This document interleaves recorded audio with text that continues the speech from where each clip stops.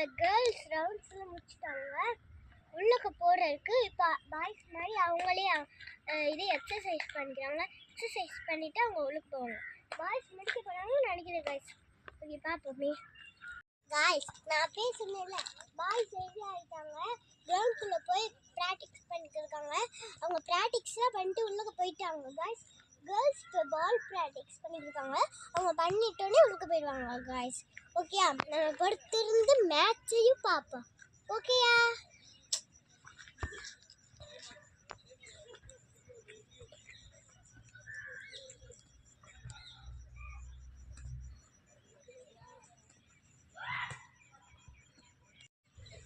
Guys ஆரம்பிச்சிட்டாங்க, விளையாண்டுட்டு இருக்காங்க காய்ஸ்.